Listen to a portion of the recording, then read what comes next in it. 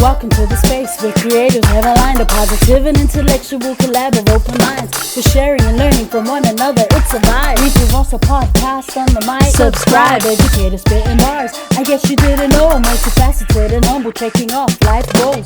The classroom is my comfort zone where I plant and sow seeds of knowledge, compassion, empathy, and hope. Reading is the key to unlocking your potential. Countless benefits, including cognitive and mental. Regardless of the genre, books are highly influential. Go get yours, I'll get mine. Making strides, monumental. Come rock with me and get down to this new jam. Reaching out to my friends, I had a very simple plan. Educate the masses through books and life lessons. It's the grand slam. I'm out. Talanoa and welcome to the ReadswithRosa podcast. Kita family, yes, I say it every week. I am super excited to introduce today's guest.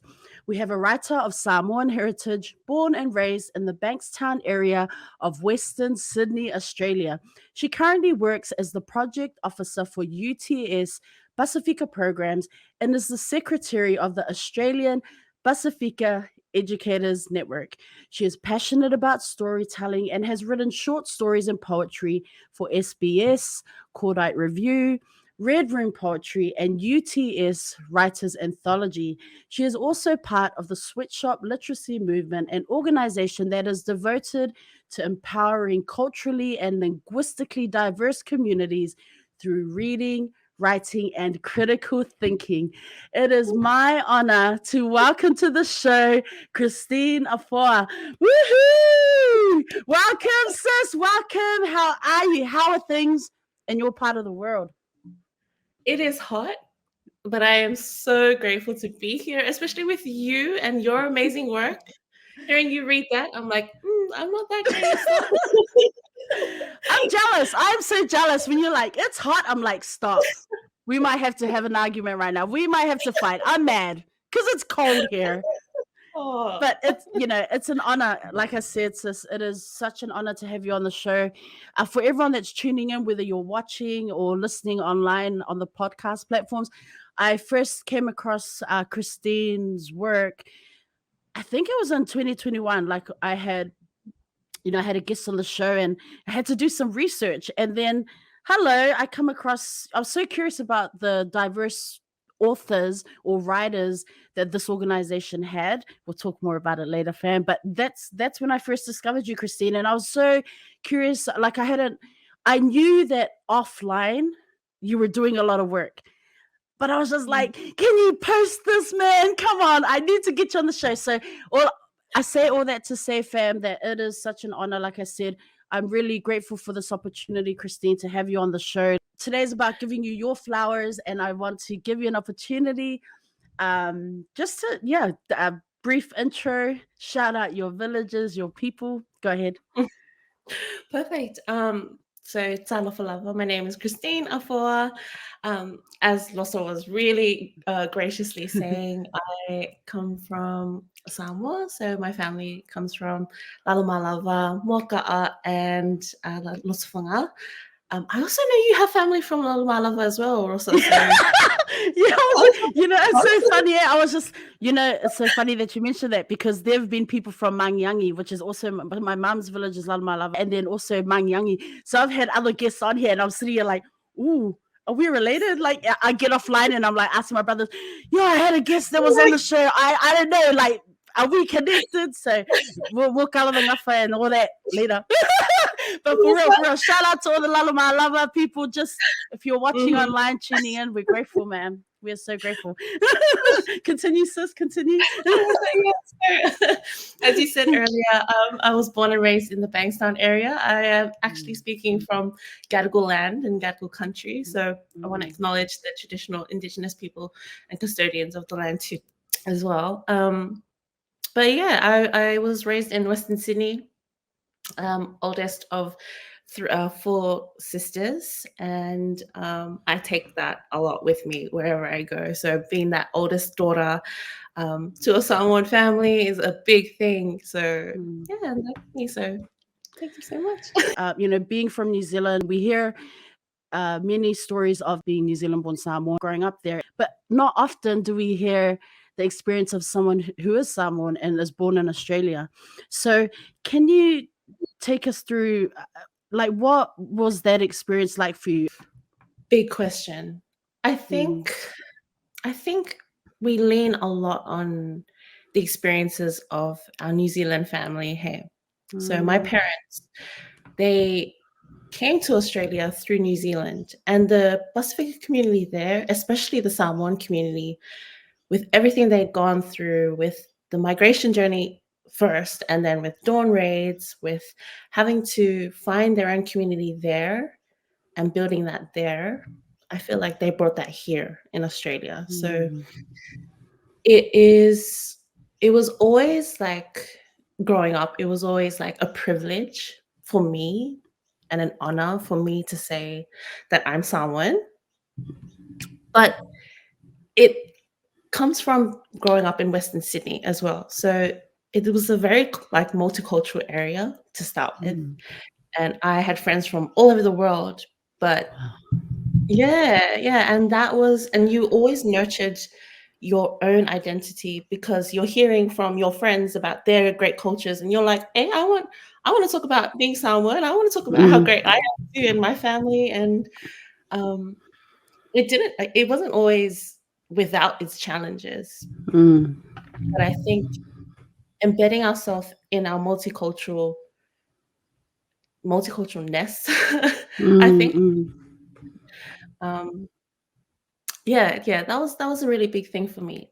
Another like little nuance was that my extended family, so all my Afoa family, was from Campbelltown, which is a different Western Sydney suburb, but a very completely different area. And the way we kept it all alive was through stories. So through the tales of my uncle, who was a taxi driver, and he would come down from Campbelltown to Bankstown to pick us up to go to church back in Campbelltown. And it was these things where it was like, we have to hold ourselves and our community together because no one else will do that for us. That's so interesting. So you got your church community. At school, were there other Pacific Islanders there? So, I mean, it sounds like you had just, like you mentioned, friends from all over the world, different cultures. So in terms of Pasifika around you, was that at your school? Did you have that support, or was it a very different environment there from home, from church? Yeah, very different. So I know you were an EFKS kid as well. Shout out the FX fam. Yo. So I went to Campbelltown EFKS as a kid, and shout out Campbelltown EFKS. Okay, not only were we coloring, I thought we were so whekakala after this about who we know. Okay, sorry, sis, go ahead. My bad.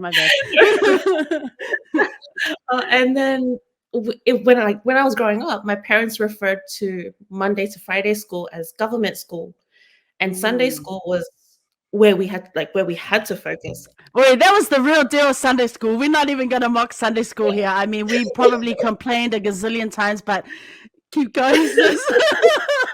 Yeah, exactly. So like my maths homework came after my local homework, and so then I would go to school Monday to Friday, and I would tell all my friends there about what I was doing on Sunday, and it was because I didn't have any Samoan friends in primary school, or many Samoan friends compared to the gang at church. And it changed midway through primary school, and this I know is very rare because the school ended up getting a Samoan language teacher, and she had no teaching qualifications. She was just a Samoan community member. She was a parent, and they were like, can you come in and teach the islanders some island language? The thing is, it was so random because there were only like 2 Samoan kids in the year, and then the rest were different Pacific Island students. And the school just grabbed that whole bunch of Pasifika kids and were just like, you're going to learn Samoan from this random Samoan lady. Wow. Yeah. How did it go?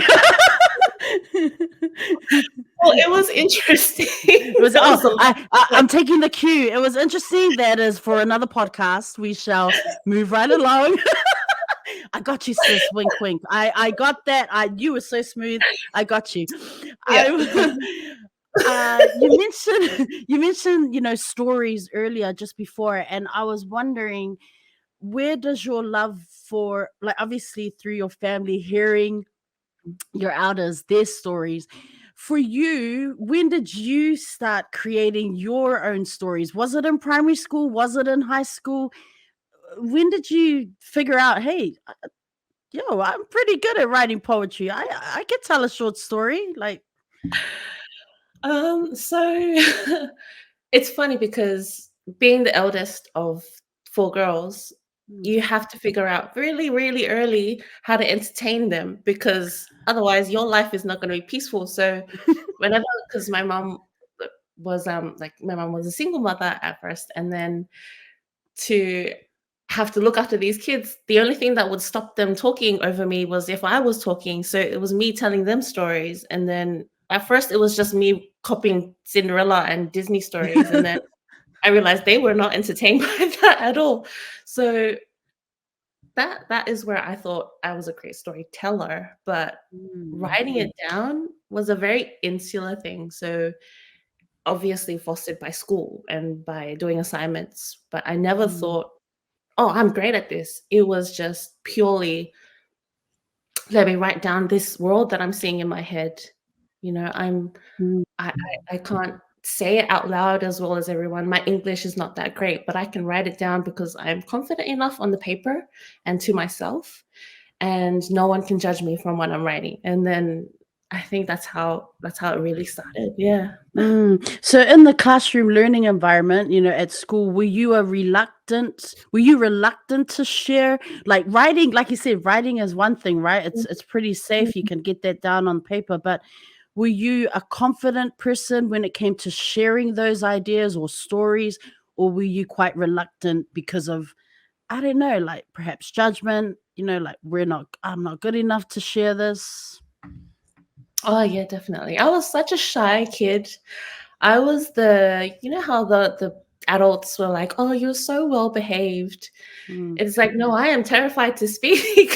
mm, I'm just like, I'm being the good girl, but I was just really shy. I mm, didn't think I had anything worth saying at such a young age, mm, because there's this sense of humility that you get as a Pasifika girl, especially, but with this westernized like lens where you have mm, to take a step back when it comes to, you know um, things that the boys are doing, especially. mm, It morphed into, okay, let me just be quiet and sit at the back of the room and not say anything. mm, And I think language difficulties as well.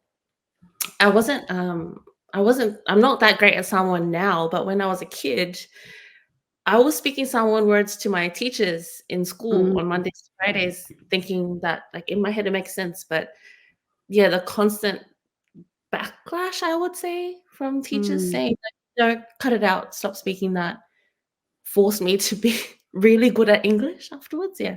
mm, But I guess you learn a lot from just listening to people as a shy kid.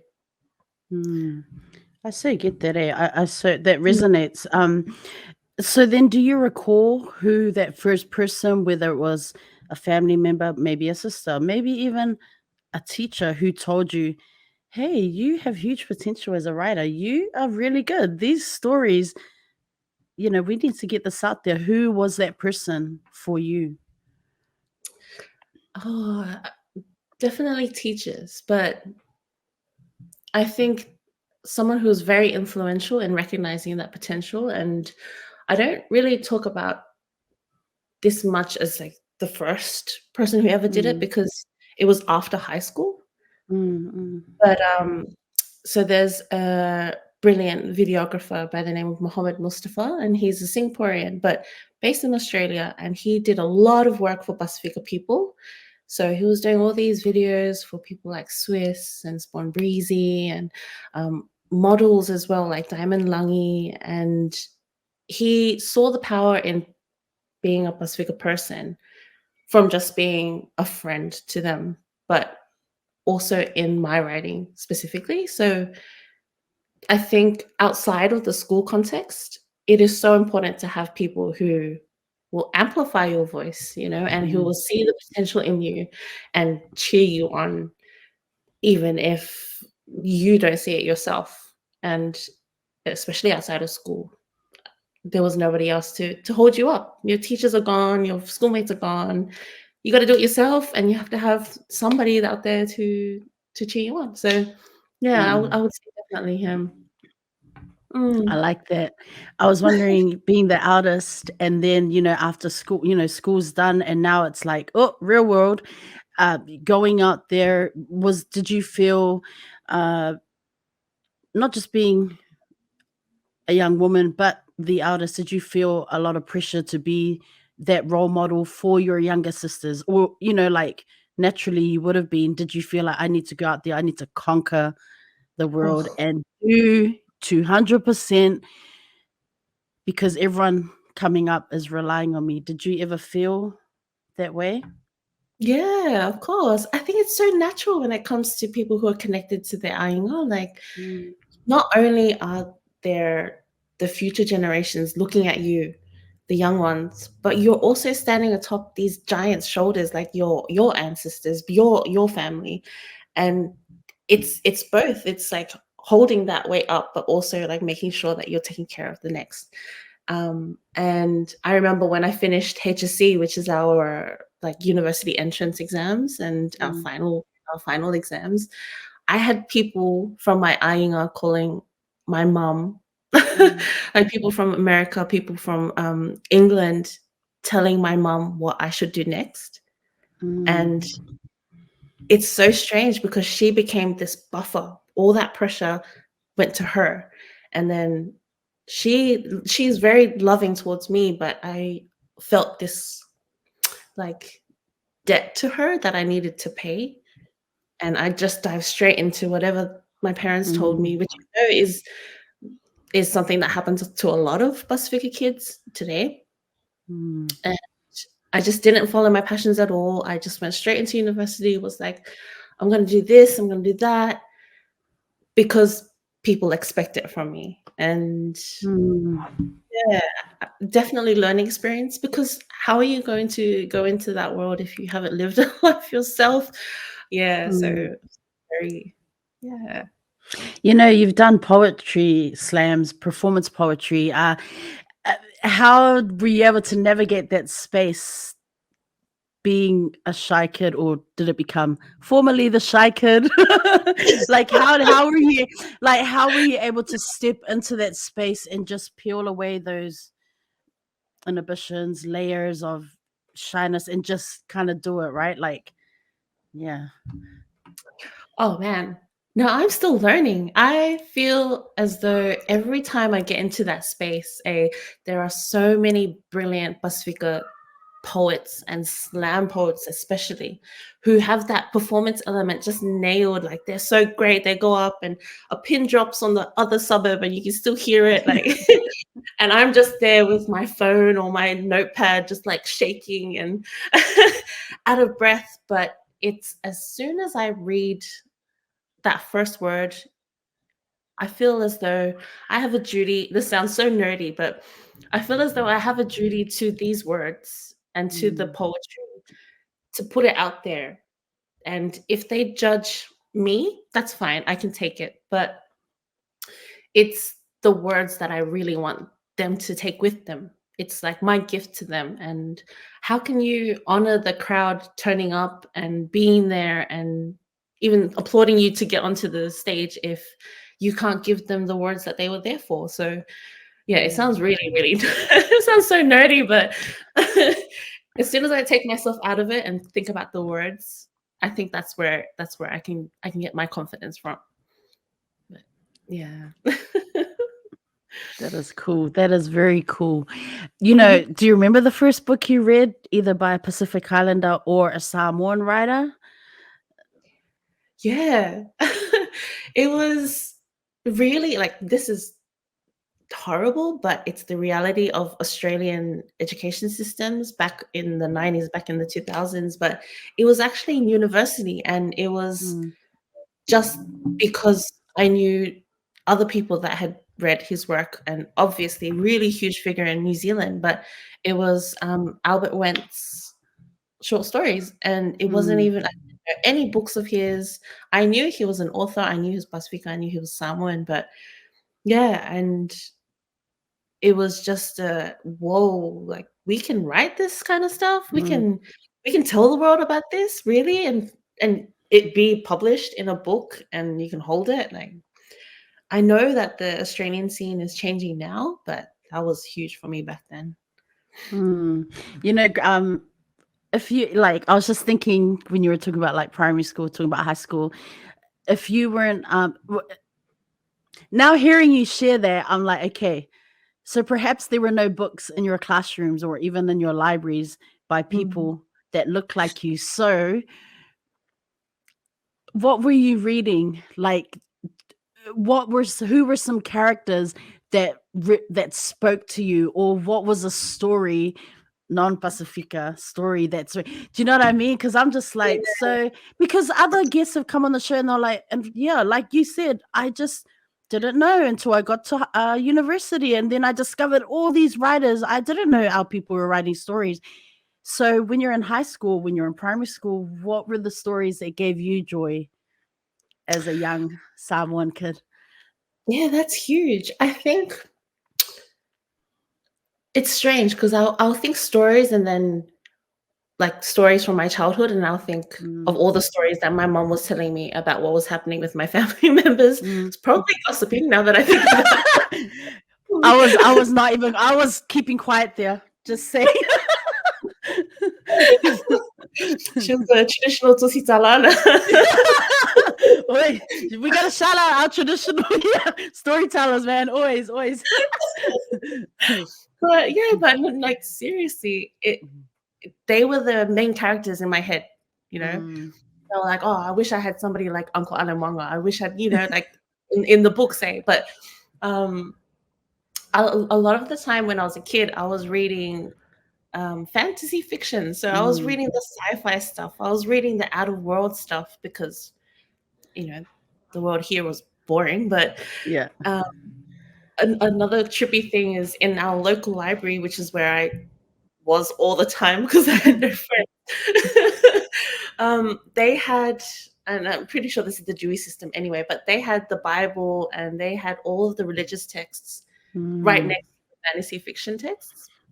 So I would just read along bookshelves, and then I would read the Bible, I would read the Quran, I would read like Lord of the Rings.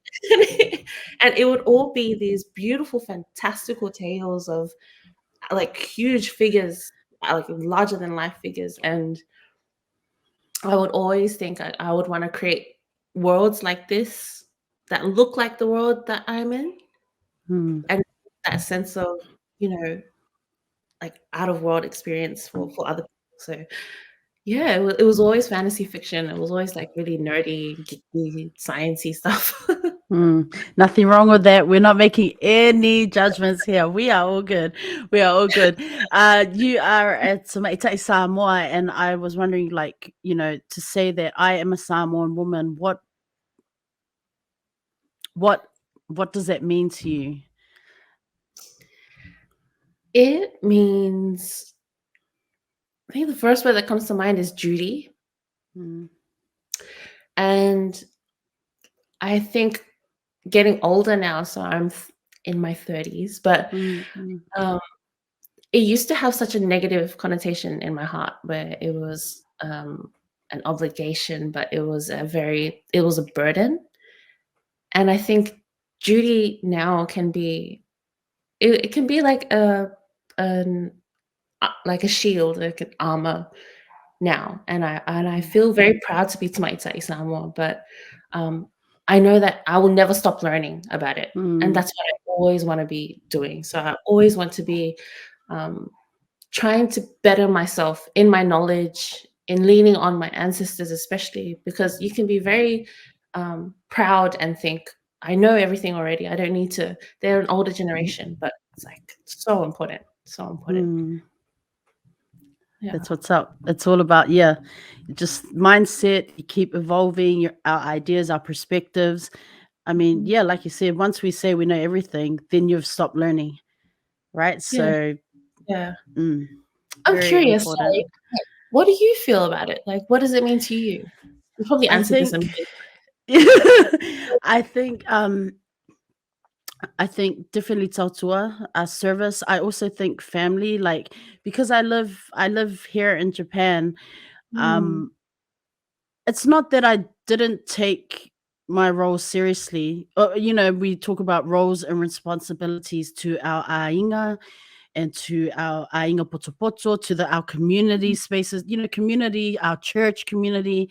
It's not that I didn't take that seriously when I lived in New Zealand. I mean, I was very involved in the church, like for as like same as you from very young age. That's where I learned. Like I spoke Samoan first, right? yeah, Language, who we are, our anganuu, our behavior, how we hold ourselves in public, all those things related to our culture, to our identity. Like, I learned all that through church. And so, what does it mean to be, I am a Tamate Samoa living overseas. I'm more, it's like, I appreciate it so much more. It's not, and I'm yeah, not saying that I yeah. didn't appreciate it at home, but when you live away from your ainga Mm, putuputu, from the community that has always kept you safe, when you live away from that, it's like we live here. I have other friends who are they're Samoan as well, and there's just something about settling in a different place and then trying to make those connections. We yeah. build our own community here, but we even when they have Independence Day celebration or lunch at the Samoan embassy, I get emotional every time because it's like you're looking around the room and it's like Yeah. we're in Tokyo. There are Samoans from Samoa, New Zealand, Australia, America, all over the world. We are in this room. We are singing, Mm, the VE of Samoa, where that our roots to the homeland, our ancestors, everyone that came before us, we're there because yeah. of people who walked before us. So I know I'm all over the place, but like service, no matter where you are in the world, we're always connected to that. And more Mm, so being overseas, wherever I go here, you know, like there are days when I'm just like, oh my God, I'm about to lose it. There are days when I'm like, oh my gosh. yep. And then I just have to kind of breathe and think, okay, Yeah. what could be the consequences of this action or this word that you're going to speak? Mm, Like it's so yeah. challenging. It's hard, but I'm just very aware of my role, my responsibility, my duty here Mhm, mhm, to my family mhm. over there Yeah. outside of where I live. I don't know if that makes sense, but it's very important. Like I think staying connected, like I will Mhm. always be grateful to my parents that they taught Yeah. us Yeah. some that we spoke, like Samoan in the home, and I Mm, went to school, and they were like, yeah, when you're at home you yeah. speak Samoan, when you go to school it's English, like Yeah. that. I'm Mhm. always grateful for that because I always just look at I mean, my brothers, they had this Samoan, their language is way more advanced and better than me. um Oof. but I just like I still I that is all to my parents, my Mhm. dad and what he taught my brothers and just their teachings and stuff. Sorry, that was a very long spiel, but No, no, um no, I love it. I think a lot of the things you've shared already, like it resonates with me because I'm just like, oh yeah, you know what it is, man. Like it's just being a daughter, being a Mhm, Tamaite Samoa, or wherever mhm. you are in the world, there's always that responsibility to our families. I say all this to say that sometimes it can be overwhelming.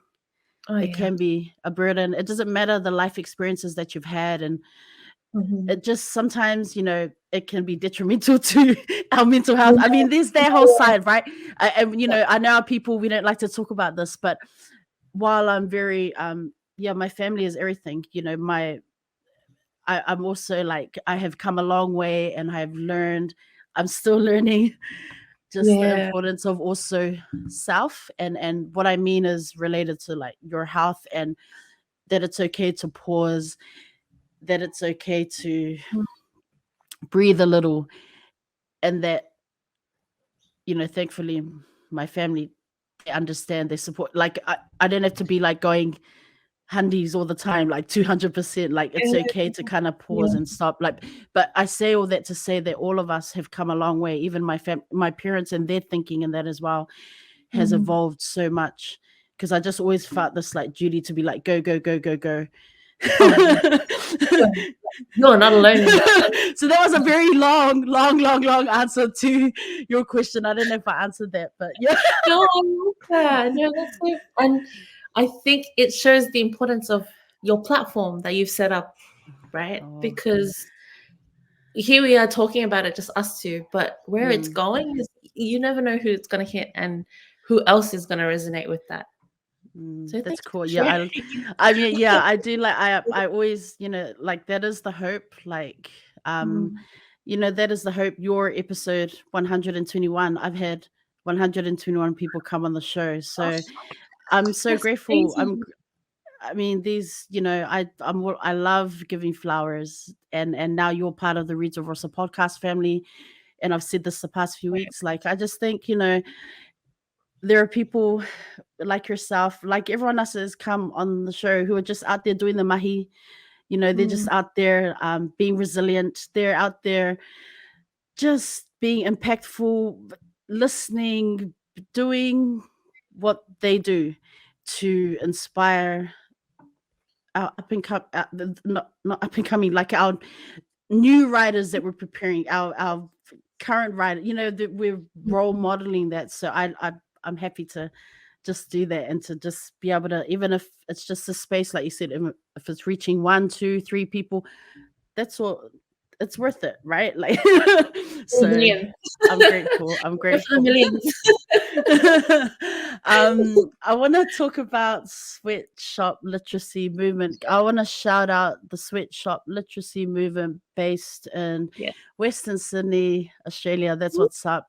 I mean, this is like, I've had Winnie Dunn. I mean, shout out Winnie. She is amazing, and I mean, you know this, working with her, and it was such an honor to have her as a representative, or not just to talk about her work, but just, you know, really putting on blast this amazing organization. Sweatshop is a literacy movement based, like I said in the beginning, I'm gonna say it again, based in Western Sydney. They are devoted to empowering culturally and linguistically diverse communities through reading, writing, and critical thinking. And that critical thinking part, I think it's very important. And you can check the bio. I will have the link to Switch. I'll have their information in the bio, as well as everything related. Not everything related to Christine. That was a bit dramatic. I will have Christine's like social media handle, social ID number. I have all that information, like really cool links. Check out Christine's work, especially at UTC. We're going to get into that after this, but also Sweatshop Literacy Movement. Like, you will not be disappointed, fam. They have some amazing collections of writing. They have writers who have put out their own books, and you got to check this out, fam. Like, Indigenous, like BIPOC folks who are just out there impacting lives through their writing. I want to ask you, Christine, when and how did you connect with the Sweatshop Literacy Movement family? Like, how did you get involved or become a part of that? I love telling this story because it's very random, but that is so in line with who I am and how I go about things. So there was a stint in my life where I was studying law, and it was truly because it was the only way I could fit my passion, which was writing, into a degree that I was studying for my family. So family was like, you got to be a lawyer, you got to be a doctor. That's it. And I was like, okay, I can do law because I can do writing in law. And I became friends really quickly with 2 girls in particular, Mariam Took and Shirley Lee. Oh, and she's one of the writers. Yeah, right. It's okay. Sorry, continue. This is what I mean. It's random, and it's like, this is me. But it was because they were from the area. So they would, and there were girls, and there were people of color, there were women of color especially, and our classroom in that university space, all Palangis, all Oh. men, all generational wealth, and me and these two other girls, um, were literally like the only brownies in the room, and we connected, and then I left law and I went to do communications at UTS. So, Mm. and I just completely forgot about it. But back then, Facebook was huge, so I added them on Facebook. And then years later, I see Shirley Lee pop up again, and she's doing this brilliant initiative, and she's creating like this space for what you said, like culturally and linguistically diverse people, indigenous people. And then I see this random islander, and I'm like, oh, she's Tongan? Like, who is this person? And I reach out and I'm messaging them and I'm like, hey, I'm Sāmoan and I like writing. Can I join you? And then Winnie shoots this email back and she's like, this is our first meeting. Rock up. And I go to this meeting and the whole room is just like in primary school, it's like multicultural. And I'm just like, I've been so like surrounded by all these Baangi people in the writing space because of university that I found to be understood by them. I had to turn down my culture and write like Shakespeare and write like Jane Austen because they were the greats. And Winnie completely shut me down. She was just like, what is that? Because I was writing about this girl and this boy falling in love. And I was writing Romeo and Juliet, but just where's you being someone? Where is you being a color? Why aren't you writing about that? That's your truth. And I was just like, oh, okay, shame. Like, am I a good writer? All right. But I am so grateful to her. I know she mentioned me in her episode, so I have to shout her out. Like, yes, she is the reason why I bring myself to my words now, and she is such a champion for our people. She will always step aside to make sure that there is somebody who deserves the spotlight. And I've never met anybody as generous, I think, as her when it comes to sharing a platform and not gatekeeping, but making sure that we all get a seat at the table. And I think that's so important.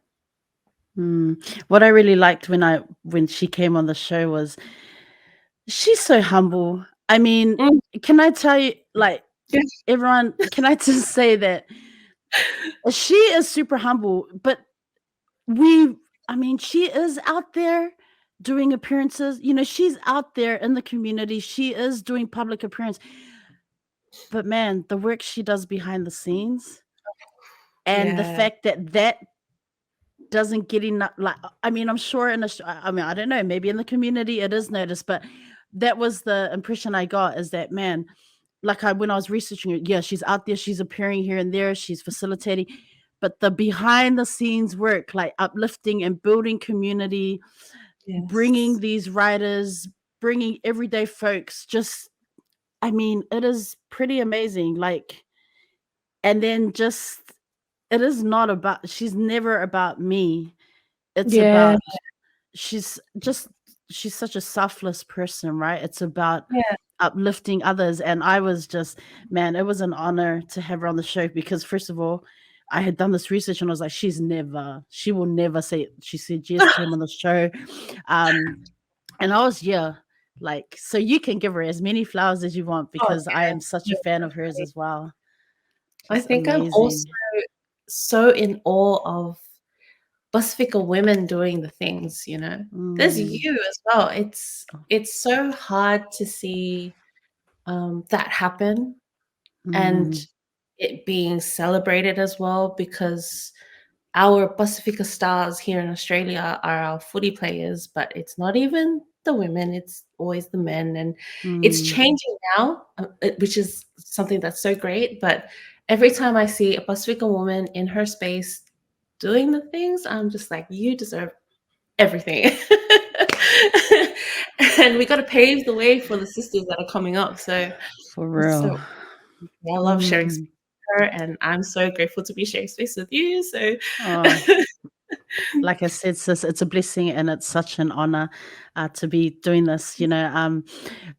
Sweatshop Woman Volume 1 and 2, you had some pieces published in there, and what was that like? I mean, I know you've done other writing and things, but man, like how special was that? Especially being able to do it through Sweatshop Literacy Movement. that was amazing. And I count that as like one of the highlights of my life, because it wasn't just that I got to hold it and it has my name and stuff. That's beyond a privilege, but it was the process too. I had never felt so safe in terms of sharing work that was going to be published, because Winnie was my editor and she was there from the beginning to the end. And even when it was trying to fix things that I wasn't comfortable or confident with, she was like, no, you can say that. You own it. Like, these are your words and that's your story and you write it. And then the first piece I wrote was in the first volume was about a boxer in a Samoan boxer in a little bout that was held at a PCYC, so like a very community space, and him having to fight literally this privileged like white guy with pink skin and blonde eyes and blue hair, and I was just like, no one's gonna care about this piece. And Winnie was just like, write it. If you care about it, you write it, and then you never know who it's gonna reach. And I take that with me and everything else that I publish too. So yeah, that was such a special moment, honestly. Well, we love to see it, and we definitely love to hear it. Do you have, is there something coming up with related to Sweatshop? Like, do you have some work that might be published anytime soon, or maybe in the years to come? Like, are you working on a project or with them at the moment, or? Well, I'm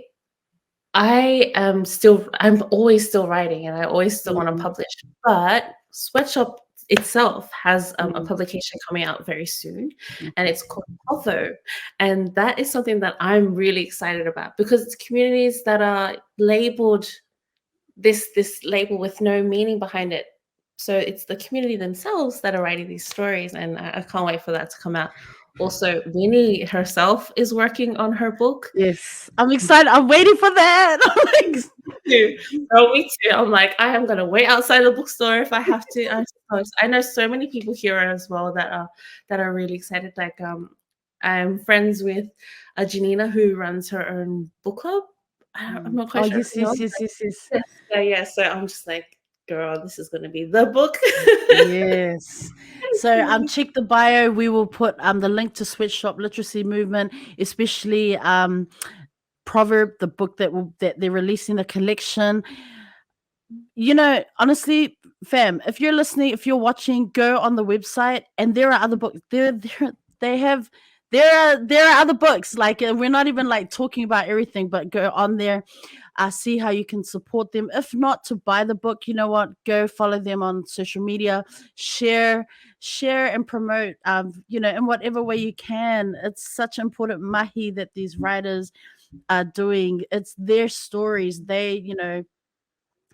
If we are not writing stories, by us, for us, other people who don't look like us and who are definitely not us, they're trying to write that. So let's support organizations such as Sweatshop, and especially BIPOC writers who are just out there doing the thing. So important. I want to talk about your creative process. As a writer,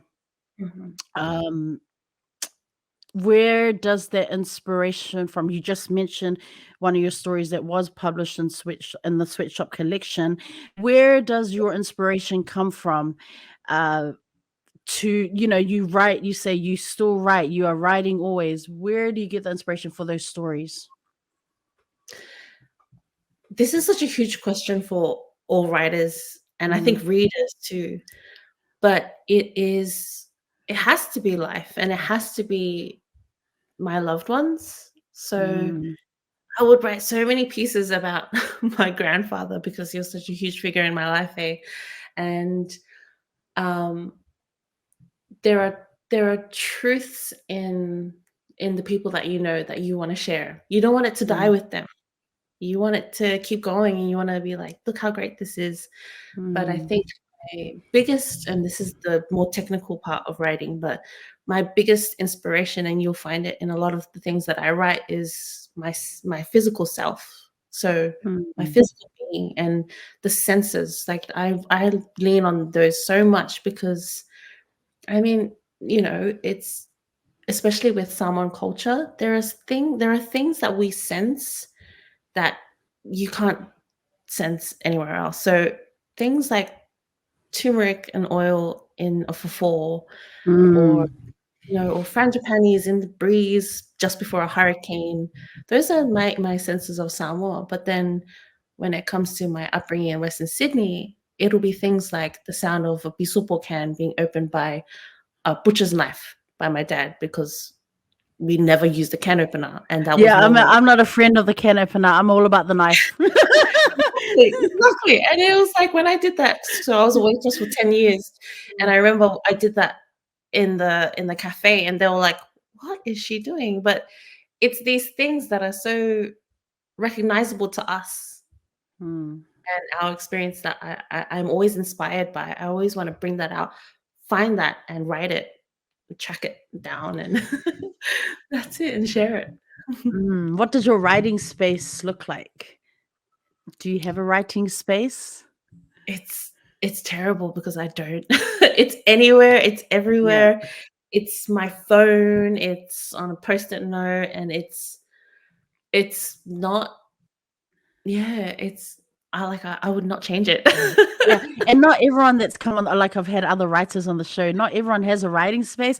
They say exactly what you said, everywhere, anytime, laptop, book, notebook, on an app or on their phone, like always an idea will pop up, quickly jot it down, and later, extend write a bit more.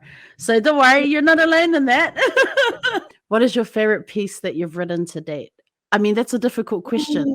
So if you possibly could, share. Okay. So there was a piece that Winnie really helped me with, and it's published in Cordite, and Cordite Poetry Magazine, and it's called In Protest.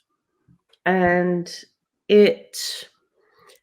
I think it's the first time I'd ever been very open and vulnerable about my own self, but it was also to the backdrop of the climate crisis. So it was inspired by me going to my very first ever climate crisis protest here in Sydney. And it was like, I had heard about it from the great Isaac Nasendra. So he's a huge leader in the community. And I went to this protest expecting this huge, brilliant movement, and I got that and more. So it was a piece about my identity, not just as somebody who is fighting for social justice and for change, but also for a Pasifika woman who is also queer and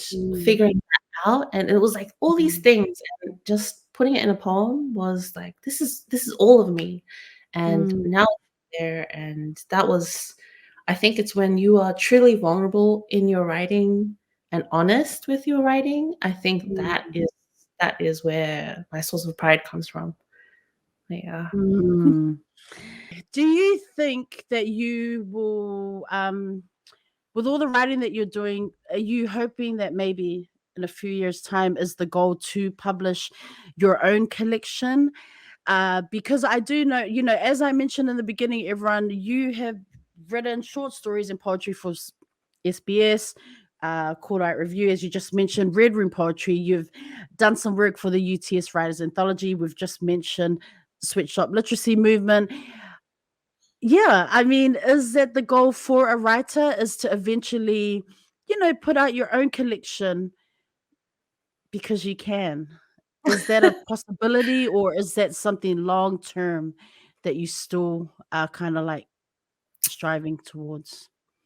Yeah, definitely the dream. That has always been the dream, and it's always been I want to be a writer.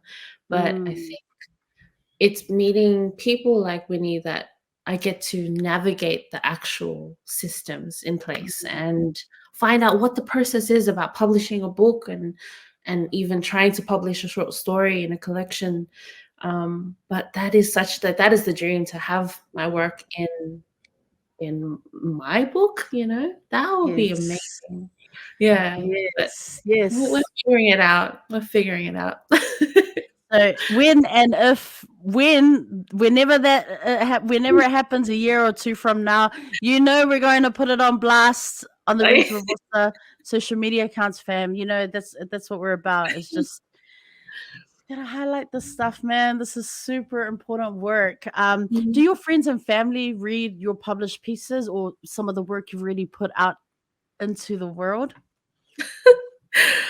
Um, I know my parents are like a little bit proud that they Oh, can say I've got pieces in books and yes. stuff, but I am so aware that the stuff I write is not for them, which is Mm, fine because it makes their support even more valuable to me, mm, because it's like a totally different world to them. They won't really get the nuance of it, but they're so willing to cheer me on, and I'm gonna get emotional. Oh my gosh.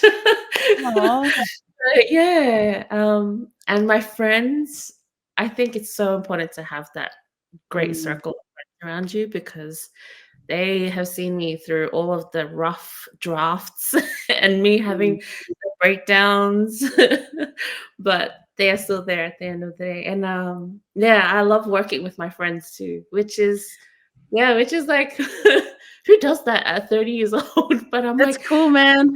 project, like let's do this. That is cool. You do what makes you happy, and if it's a little project here and there with friends, like why not? There are no rules to that, man. You just do what you do. You empower one another. You live, you learn. That's what it's about. I love that. I love that so much. And I just want to bring it back to, as Christine mentioned earlier, a very good friend of hers, Janina. She does have a book club. Check the bio. Shout out to Janina and all the work that she's been doing, not just for the Bookstagram community, but advocacy work through reading, but also promoting, uplifting our Pasifika folks who are out there doing the work. I know I keep saying doing the mahi, doing the important work. So shout out to Janina. Everyone, if you're watching, if you're listening, check the bio. I will post her book club details and how you can follow and get in touch with her, man. She's doing some awesome work. So get out there, fam, get amongst it and support. Living with, I don't know if I'm saying this right, vitiligo. How has that changed your life? Are you able to share a little bit about Oh yeah, of your course. experience or that part of your journey? Yeah, definitely. It was when I first went to university, and all of a sudden patches of my skin just started turning white, but not even Mm, just like Balangi white. It was like Balangis that probably lived in a cave white. It was like oui. color completely gone, and Mm, I'll be sitting in a room and I'll be getting sunburn on these patches, and then it just started to grow as well. And I was thinking like, oh my gosh, what is this? Going mm, to all kinds of doctors here, and they were just saying, "Oh, I don't know what it is. It's this, it's that. It's a fungal infection. It's stress. It's your diet." That was a lot. mm, You gotta lose weight, like. mm, And I was thinking, okay, this is not working. And then I go to my mom, and she's like, "Don't worry about it. We can't figure it out here. You've been taking so many medicines and you're doing all these mm, treatments, and nothing's changing. So we'll go Samoa." And that wasn't the reason why we went to Samoa, but she was like, "We're going there anyway. Let's go see Taolisea, and then we can figure it out." And then Mm. I didn't even walk into the house yet, but when we went to the healer, um, she was just immediately like my grandmother too. They were just immediate like Olila, like that's Ah. yeah, straight away. Yeah. And you try telling that to a doctor here in Australia, Yeah, and makwale, malama, they'll be looking at you like, "Pivale, yeah, pili ang ilo." Yeah, for real, man. They'll be like, "Hey." yeah, and there's just no Mm, sense of like understanding with that. But mm, I think the process of getting a traditional Samoan fufu mm, totally invaluable and um, totally like important to the culture, but also made me question my faith quite a bit in a mm, very good way because you kind of question how traditional practices like this fit in with religion and mm, where the whole like debate of is this God, is this good, is this like is it faith, is it like what is it? And mm, yeah, that was all from my skin turning white because it would have spread across my entire body, but mm, as soon as I had that for it has stopped and it even returned, like my skin color actually returned, and that never mm. happens to people with vitiligo. The most famous example is Michael Jackson, and I had Right, people telling right. me a lot, right? Like I had people like, "Oh, that's the Michael Jackson disease," and treating me like that. And Mm. yeah, you kind of question like, what is it about being a brown person that is actually important? So yeah, that was huge. Yeah, as you're talking, I was thinking about how it was just like growing up, like if you had like a sila ilangi or you had something like some kind of um something's fuller or you've got like a something on your like Mhm. listening to you, I just realized how normal it was. Like I remember I had something on the back of my head one time and my mum, they spoke to a fufu and they got a particular it wasn't loki, a particular leaf thing that Mhm. I put it with I mixed it with fungu Samoa, and then Yes. so what I'm thinking is as you're talking, I'm like, yo, like I'm recalling all these times that mum did this or my dad Yeah. did this to heal things that were wrong with us. I'm just realizing how normal it was for me. Even Like I more. never questioned, oh, what The is this? validity of it, like, Yeah. yeah, And listening to you say, I'm like, yo, that was yeah. yeah, Yeah. yeah, yeah, and it was just, like, side by side with taking Panadol or, like, taking cough Mm, syrup. That spiritual healing is so important, and then we kind of tuck it away because it's not mm. accepted by Western views, and yeah, I mean, I can't speak to the scientific Right, process. right. My skin color came back. For a vitiligo patient, that never happens in the Mm. world. They're trying to find that, but it's like, it's in Samoa.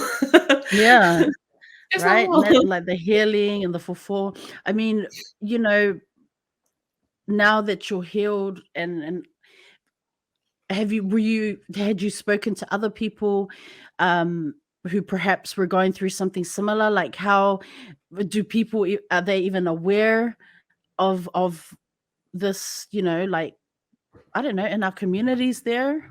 I- No, I think especially Samoan community, Mm, the vitiligo wasn't a it doesn't exist. It's like there's something wrong with you if you've got it. And mm, time there's a visual difference to you. Of course but it also is like so many deeper theories like colorism and that as well. yeah, But for real. yeah, like when it comes to the Pacific community and the like most of the feedback I got on the actual piece were people Mm, talking about their healing experience. So similar to mm, you, like, oh, this is what I did with my fufu, and this is what mm. happened. For my one in particular, what she had actually got was, the tsao Oh weapons, so yes, the yes, yes. weapons, but tools. So like the actual comb, the Yeah. hammer, she used those, and they were tools that had been used in tsao Mm, before. the spirits of those people who had been tattooed, she was tapping it around every single patch of my skin that had no color. And I never thought that, like, I've never seen that before. I'd never even been a part of like a Malofia process. I've never been a part of it. And then so to have that, so that uniqueness, people responded to that and healing, which is amazing. Yeah. Such an important story to tell. Thank you for sharing. I do appreciate it. Thank you. UTS, University of Technology. I want to talk about, I do want to talk about social justice. I'm a huge advocate for social justice and, DEIJ, diversity, equity, inclusion, and justice, especially being an educator. And I want to just kind of like shout out and highlight the work that you're doing. You are the project officer for UTS Pasifika programs. Can you share a little bit about what that work involves and looks like for you? Oh man, I'm very proud of the work that we do, but I've got to shout out my manager. Her name is Tofa Amanda Maile, and she is the reason why I'm in this space at all. And I think she is a huge advocate for our Pasifika people, but the Pasifika program itself caters to high school students and university students from the Pasifika background. And it is very fortunate that we are sitting within the Center for Social Justice and Inclusion, especially the student equity space, because that's all we really want. We want Pasifika kids, Pasifika families to be acknowledged as a group that needs to be uplifted.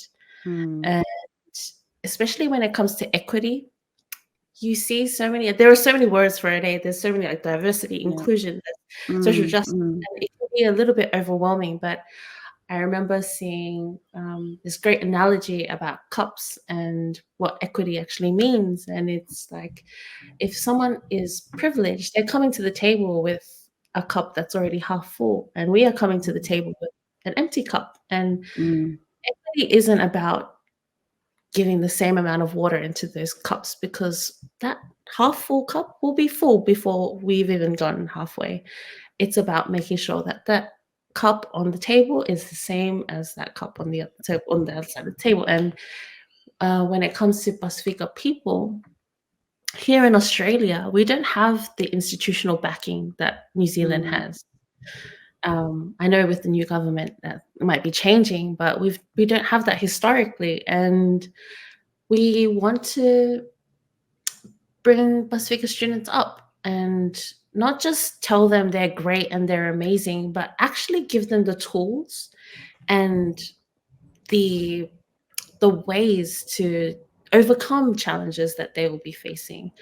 And it is a very great university to be a part of, but it's being on the ground and in the schools. So I will go out every week to 2 schools in Western Sydney, and I will deliver a session on leadership based on culturally responsive practices. So that's why I respect the work that you do as a teacher, because I feel that we learn so much more from the students being in the classroom than reading papers and reports and all of this. But so that I feel really passionate about that.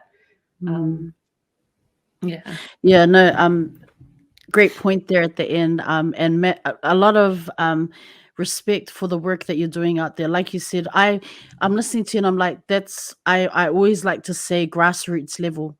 We're doing that work down here because policy systems in any institution, it's there. There are people doing that mahi, they're doing that work, but if we wait for that work to put out the right policy that's going to cater to every single learner, that we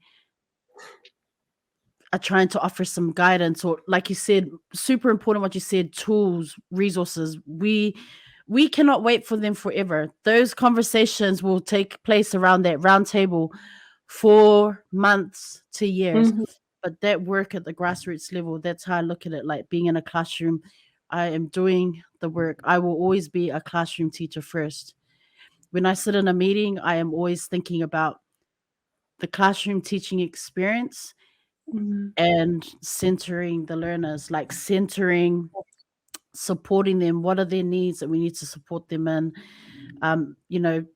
Trying to be intentional. I say all this to say that, like, I'm sure you know this as well. We just continue to learn. Like, we will never stop learning. The work that we do is so important because it's also amplifying the voices of students.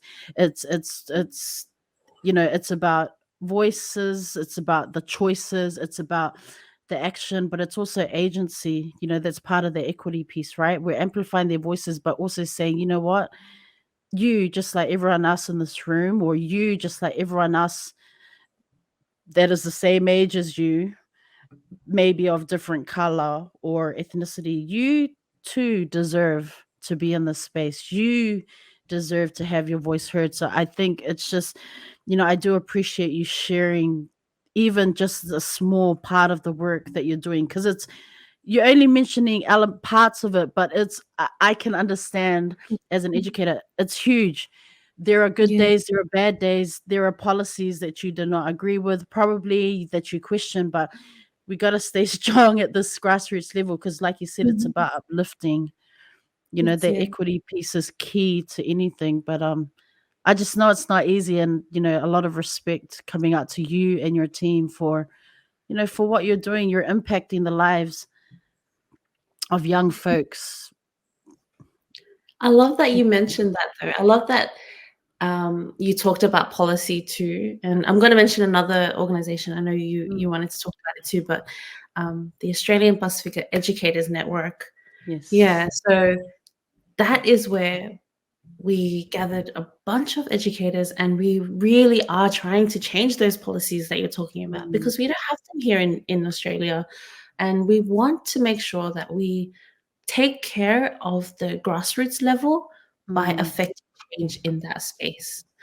And hearing you talk about it and how it's like that's a lot on you, right, as an educator, because if you don't have the backing of these institutions and of these systems and of these policies, then it becomes a lot of work for you, for the community.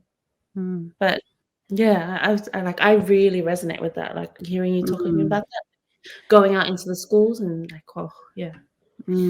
What are the responses? You're out. I mean, I also need to mention, as an educator, I love how you too, in some sense or form, you are an educator yourself. You are role modeling. You are a mentor, going out into these communities and having those conversations with our young people. So what are some of the responses, or even the questions or wonderings, curiosities that these young folks are perhaps sharing in the space? I feel like they are my why, hey, these students. And a lot of the time we've kind of moved from visibility to representation. It's not enough for them to just see us Pasifika people in their spaces.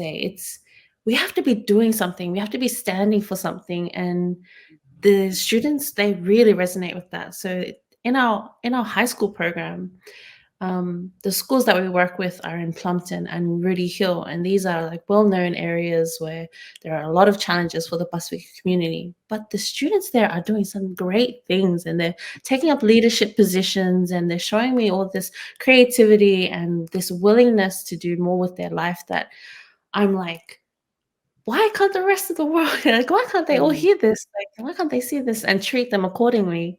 And that's just our high school program. With our university students, we've just completed this 6-month mentoring program where we team them up with Pasifika professionals, like 20 university students that are from Pasifika backgrounds, not just from UTS, but from many different universities. I'm sorry, I'm like talking about everything. No, please share. I this is important to get out there. We're highlighting this, so please go ahead, sis. You are all good. But it was like the response from the Pasifika mentors was like, they didn't have this when they were in university. They didn't have this when they were in high school, where they could be matched with a Pasifika mentor and be guided through their professional careers. And it's so like I feel that is so important, that representation, being out there, being a part of your community and trying to uplift the next generation. Yeah, I am all about that all the time. I like what you said about the visibility piece to representation. That's super powerful. I Yeah. Yes, yes, yes. I'ma steal that. I'm gonna steal that, and I'll be like, quotes, Christine Afoa. No, I like it's just a different. It's looking at it through a different lens and going, yeah, everything you shared is absolutely true. And I mean, if there are people, I mean, if there are, if we didn't have people like your team, and you know, folks like yourself getting out into those local communities, I mean, where would our young people be getting that guidance, or even knowing that they can dream and that that anything is, where would they be getting those that encouragement and empowerment from, if not for, even if it's a small team of people, just that it's so impactful, and we need to be intentional. Like, I love that. The visibility, I I'm a love that you still, said I'm a still up fam. Visibility to representation. It's so powerful. I love that. I love your emphasis on intentional though, because that is so true. Oh, I have to tell myself that. Every Yeah, day I yeah. have to tell sorry, I say this to say that every day I have to check myself. And it goes back to what you said about we don't stop learning. We're always learning, right? We're always trying to be better. So as a teacher, as a classroom teacher, I say it. I have to speak it Yeah. into existence so that I'm checking myself and going, don't be that guy. Like, don't be Yeah. that guy who's like, Yeah. and then nothing. Like, it's I say it because I need to Yes. check myself so that I'm turning up even when I'm having a really crappy day, and I'm centering those young folks, those learners in the class. So Amazing work. Amazing work. I want to shout out again. I want to bring this back. I want to shout out again Australian Pasifika Educators Network. I was really Yes. excited to read up about this. And you had the inaugural, that conference in 2021. Again, an important conference to have. Like, the vision is to empower Pasifika educators, learners, and families to strive in Australian society. I mean, I hear all these stories. I have cousins and their young families who a few years ago they moved to Australia. They're doing so well. They're like, if they stayed in New Zealand, they wouldn't have been able to thrive and to grow their young families. And I just think, that's a part of it. It's just, I love that they're out there. They're doing well. They're able to support themselves and strive and succeed in Australian society. This work that the Australian Pasifika Educators Network, again, planting those seeds, very important. I mean, you are the secretary. Tell us about some of the great people who are doing that work that you work with. Who are they? I mean, if Yes. possible, Oh no, I acknowledge love them doing. if you can. Oh, I love this. Yes. So it all kicks off, I think, whenever it comes to Pasifika networks here in Australia, especially, it all kicks off with such a casual, like, oh my gosh, you're Pasifika and you're in this space too. What can we do? How can we collectivize? How can we like strengthen this connection? And it started off with Sofa Amanda Moore's Maile, so from UTS, and Bronwyn Williams, who is a huge figure in the community here, and she runs the Path Shout out, program. Bronny. Shout out to Bronny. Yep. Okay, that's what's up, Bronwyn. I mean, that is a whole nother podcast. I mean, maybe I need to get her. I mean, she is doing amazing work. So shout out to the sis Bronwyn. Sorry, sis. Yeah, no, and their friendship and their connection, but also being the figures that they are in the university space and in the educator space, but being Pasifika women too, and knowing that there are so many other people who are doing the work that they're doing too in their respective education spaces. And it was like, there's a need for it. There's a need for change, not just on the grassroots level, but in the policy level, targeting these huge barriers and bringing them down for our Pasifika like educators, because they are going to be in charge of the future. And so they started off with their the conference, and it had to be online because of COVID. Yes, But of course. still so huge, and there was that drive to deliver more.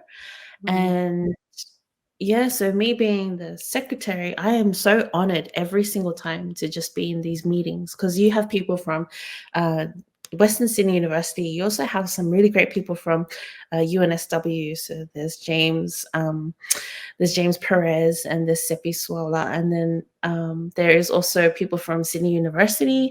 So that's Panyani Patu, and it was really funny because we're actually related. Oh. and it's such a Pasifika thing to be like, are you my cousin? And it's like, for real. Actually, my dad. And there's this brilliant doctor from Queensland, and her name is Dr. Vawival Ponton. And then there's also Charlie Palupe, who works within the government space. And it's like there are so many brilliant figures in education, but it's not limited to tertiary education and government level. There's also school teachers that are teaching out in the Western Sydney areas that I was talking about before. So there is Daiju Williams, and she brings such a great breath of fresh air, because she'll come straight from a classroom and she'll be listening to us talking about the policy stuff, and she'll be like, no, this is what happened in my class. Question that, challenge that, critique that.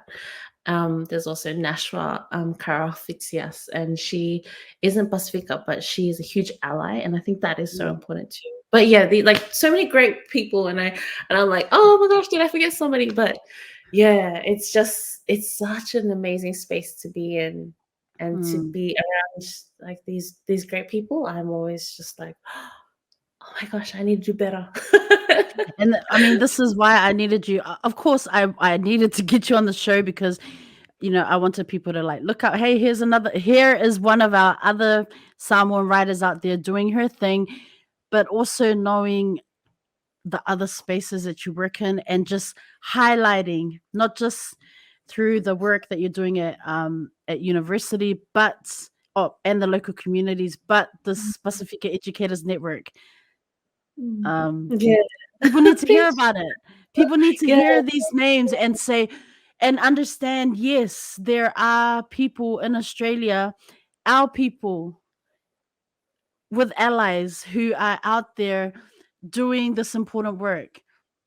It's we hear a lot about the New Zealand spaces and what's going on there, but it's just so nice and refreshing to know that, you know what, our folks, our people in Australia are also striving to be the best. They are trying to uplift. They are trying to highlight the important work that needs to be done in education, in supporting our Pasifika educators, in amplifying their voices.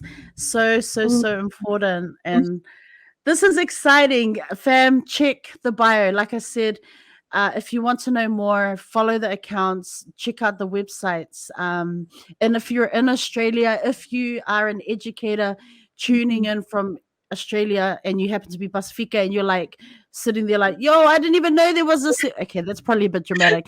But in case there is someone watching who's been living under a rock, okay, that's just sad now. But what I mean is, if you're listening in, please connect with these great group of people who are just,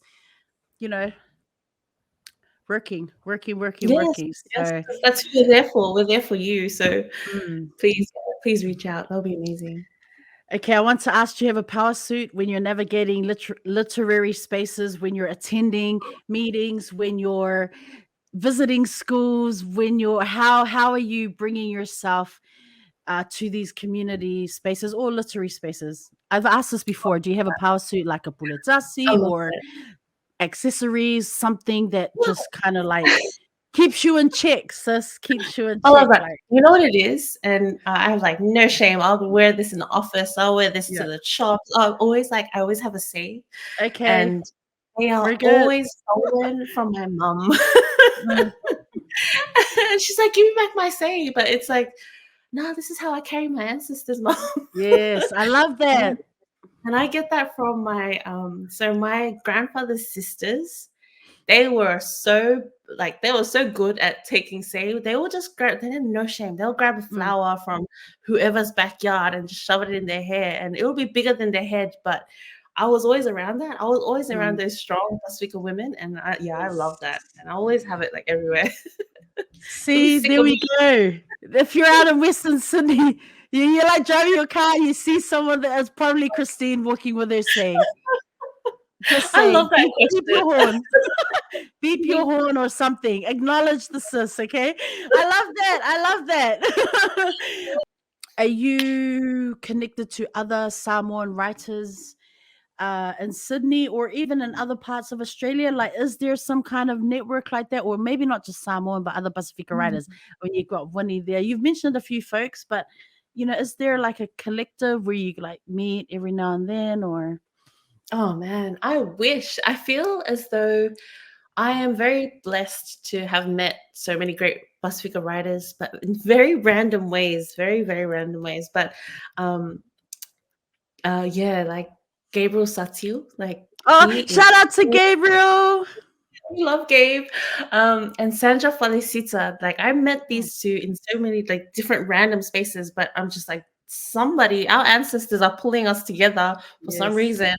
And I've known them for quite a few years, but them two definitely. But I'm also in awe of so many writers that I haven't met. And you probably like understand this feeling where it's like I've seen this name pop up over and over again, and I know they're doing great work. And I really am huge about again, like just wanting so many of our people to like be up there as well. So, but I love Emele Umavale's work, and I also love Taufia Menezes' work. Yeah, I'm just a fangirl of anybody Pasifika that is writing and and doing great things. And I'm like, please, like, go ahead, keep going. I love that. We're fangirls, I know. No shame at all. No shame. If you've seen the podcast and you see me like I'm sure you're sitting on the other end going, get a grip, man. Get a grip. No shame. We fangirl. That's what we do. What is a non-negotiable for you when it comes to self-care? Absolute non-negotiable. Oh, I like this question. As in, like, what has to happen for my self-care? Yeah, like you're like, when it comes to taking care of your health and well-being, this is the one thing I'm not even going to move it if it's an appointment or something. If it's something, that one thing, if it's an hour off every weekend, just don't anyone disturb me. What is that one non-negotiable for you? Oh, I don't know if you have any, like when it comes to self-care and it's so strange, but the way I react to music, and it has to be music, is like the writing part of my brain will switch off. So yeah, it's very strange. So lyrics to me will never be at the forefront of my music experience. So I love music from all different parts of the world.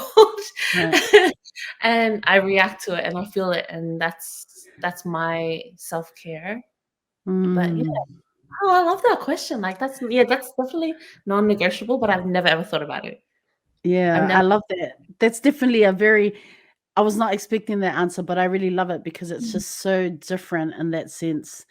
I like that. When what are some other things that you do to take care of your health and well-being?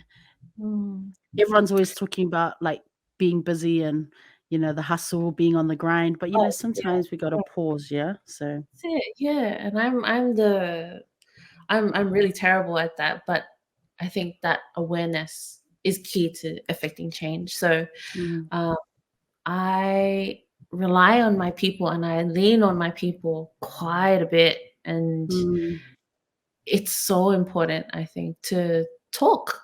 And I'm not great at that. I am terrible at that, but I will write the longest messages and be like, can you help me? Mm. And my friends and my family are so open to it because they know me, and they will always, yeah, they will always be there for me. But definitely talking to somebody is so important, for sure. Mm. You know, while we're on self-care and health, Mhm. well-being, you experienced a traumatic assault and sought out therapy. So I was wondering, um, while years may have passed, how is the healing process going for you? Because I imagine it doesn't stop. Okay, I'm healed. Mhm. You know, like, Oh, yeah. do you know what I mean? Like, just like when you Yeah. shared earlier about your experience with going to Samoa, the fall, and that part Mhm. of your journey, the healing has probably, happened, but surely you just, every now and then, things you Oh, think yeah. and you kind of like, so I was wondering about therapy and, Mhm. you know, how is your healing, your spirit Oh, right now? yeah. Oh, that is so huge because it's not a space that we are familiar with in terms of like the culture. We don't Mm, see um, that individual conversation as a part of our way of life because we are such a mm, collective people, such a community-based people that you going to talk to somebody to fix you seems like it's against everything that's natural. And that was how it was at first for me, especially when it came to something so, yeah, something so traumatic and something that I was deeply, like, honestly, deeply ashamed about because I was thinking that I was bringing so much pain to the people that I loved by talking to them mm, about it, and they didn't have the capacity, they didn't have the, like, the tools to cope with it too. So that you have to go out there and you have to seek that professional help because they're there for it, mm, and not burdening somebody. Like, mm, I get, like, yeah, it's exactly what you said. It's not you reach this point where you're like, oh yeah, we're good, we're healed, because you will mm, have the or you'll have the date even will be like, oh, this is when it happened, and it will be years and mm, years ago. It's what it is for me now, but it, yeah, these, and you never know what it is that's gonna hit you and bring you straight back. But mm, having gone through all of that, having gone through the healing, I know now how to bring myself back to myself and bring myself to the now, which is so hard mm. to do, but that's the work, you know. Yeah. That's good to hear. I'm glad. I'm glad to hear you say that. Earlier, we are beginning to wrap up the podcast. I know I've had Mhm. you online for quite a while, but I want to Sorry. just no, you're all good. I wanted to go back to something when you mentioned, a good friend who is an ally to the work that you and your team um, are doing out in the schools. It made me think about Aboriginal, stories. And I know in the news here, like recently, Australia voted no against creating the Indigenous Committee to advise Parliament advocates for constitutional change. Growing up in Australia, were you aware of the plight of of Aboriginal folks and the injustice and their experiences? Were you aware of that as a Pacific Islander, as a Samoan growing up in the Australian school system? I would say no. I would say, Mm, really honestly speaking, through the education system, we would do things that are very performative, and mm. I don't wanna always, focus on that negative side Right, because right. so sad, eh? And very, like, that recent the result of the voice referendum was so Mm, disappointing and so heartbreaking, and you just know that it stems from a lot of misinformation, and mm, the powers that be could deliver these messages that just couldn't be shaken off by a lot of the community. And if you took a deeper dive into the actual results of that voice referendum, the highest target of the no votes were the communities that were really multicultural, and it was out in Western Sydney, and it was such a huge, like, yeah, you would just think that there's a lot more at play, and it does stem from education and what's out there. And sorry, that's like a huge ramble, Yeah, but no, yeah, that's yeah, definitely growing up, we got the welcome ceremonies and we got the performances, but it was always in us as Pasifika people, I think, to connect to the land and to the skies and to the right. seas, and yeah, and that was such a natural thing to identify with, that the plight of the Indigenous people.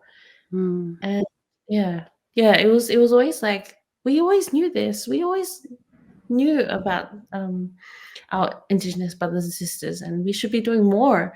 But it wasn't supported by the education system when I was growing up, at least. I'm pretty sure it's now, but yeah. Do you have any book recommendations or anything that you would like to highlight? I know you've mentioned throughout the podcast, but is there anything especially that you want? I mean, first of all, I want to say Sweatshop. Yes.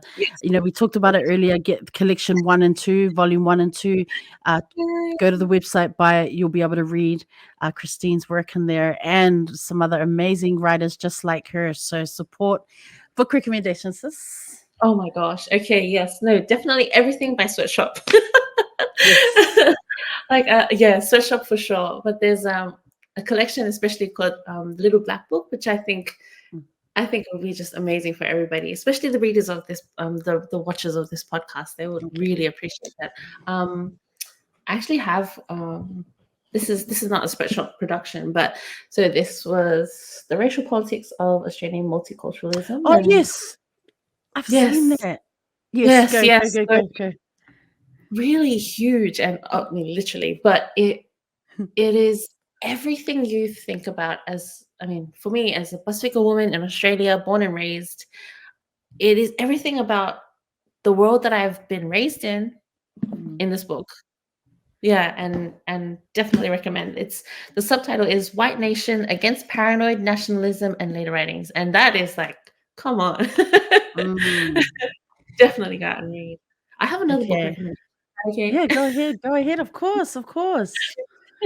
I love this book, Women Who Run with the Wolves. Okay. Yeah, and it is an examination of folk tales from the perspective of a big, brown, fat woman, and she always is proud of that too. And it is amazing. And it's not just the typical Disney fairy tales. It's the dirty, it's the scary, it's the ugly, it's the Indigenous, and yeah, I love turning back to that book too.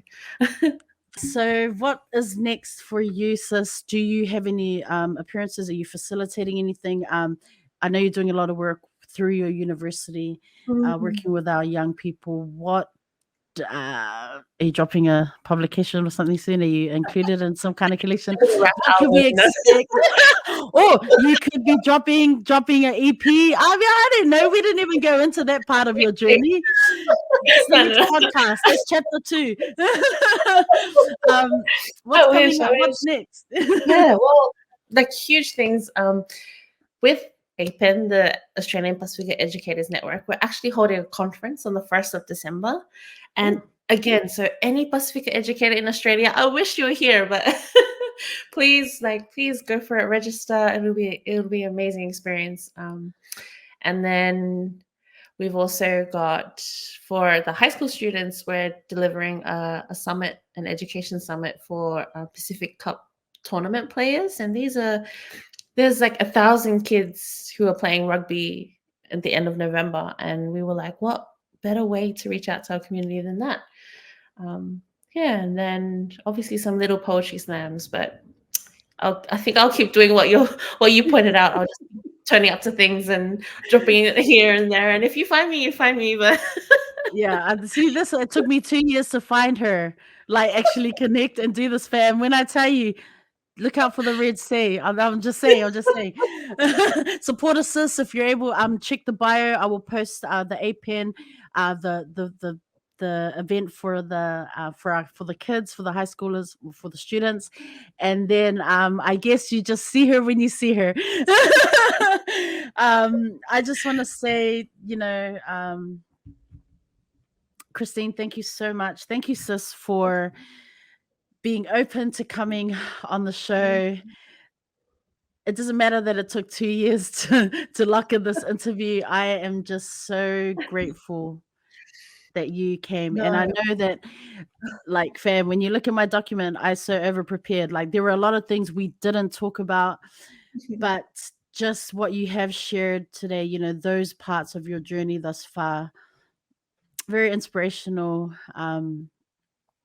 Keep doing the work that you're doing out there in the communities. Keep writing. I will wait patiently for when that collection drops. By Christine Afoa. So just much alofa is coming your way. Just do what you do. Be happy and live life. Be the best you, and lots of love and respect coming out for the work that you do and just the writing that you're putting out there. And Oh, that's way too much. Oh, I'm gonna hand it over to you. Sis. I'm gonna stop my long speech and just hand it over to you and just no, ask you no. final gems, final words of wisdom, valuable advice that you just have for others. If you could just wrap up our show. Take it away. So I have to give you your flowers, and I'm going to take this time to do that. Thank you so much for this. Thank you for the space that you've created. Thank you for the vibe that you bring to this conversation. Thank you for the questions that were just so deep. Like, you don't get to have these conversations with sisters that look like you, many times over. So thank you from the bottom of my heart. And I was always going to advocate for people that look like me and talk like me and have my life experiences. But this is the one thing that I think everyone should be doing. So I feel like you find your people and you bring them up with you. And I will always do that until the day I die. I'm going to be bringing up every single Pasifika person that I've ever met on the street. And I thank you for all the work that you're doing, because that's exactly what you're doing. And we can't have this without you. So thank you so much.